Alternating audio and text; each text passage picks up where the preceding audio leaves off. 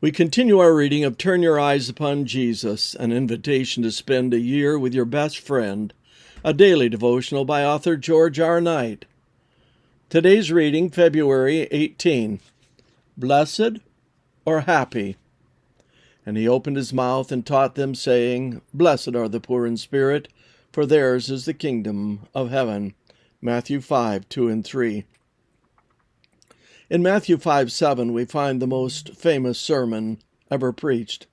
The Sermon on the Mount begins with 8 sayings that we have come to know as the Beatitudes.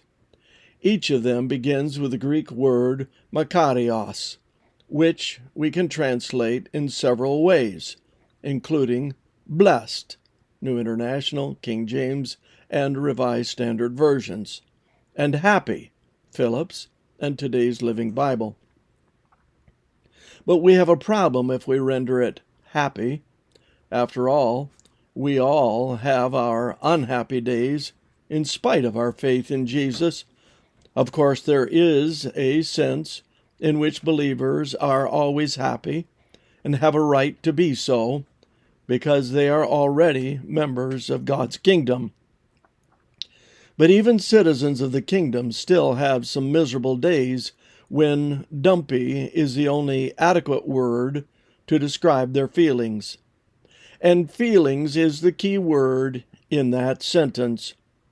I would like to suggest that happy is an inadequate translation of makarios, because most of us view happiness as a subjective state. That is, happiness is how we feel. We feel either sad or happy. But the Christian life is not based on a subjective feeling.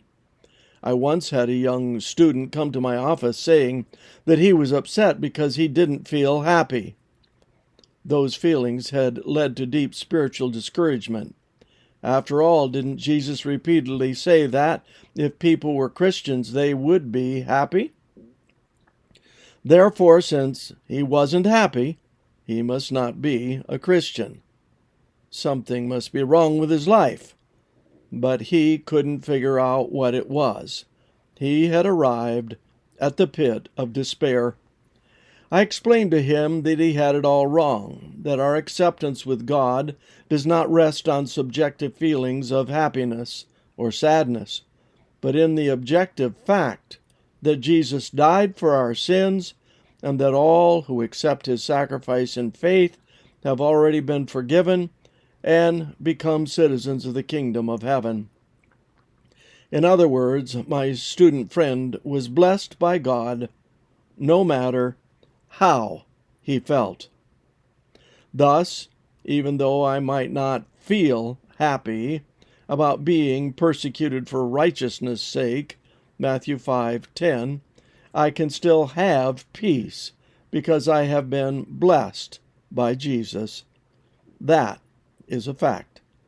And while there is a sense in which I can be happy about that peace of heart, blessedness is more than happiness. Blessedness is a reality that no dumpy day can take away from me. This concludes our reading today of Turn Your Eyes Upon Jesus.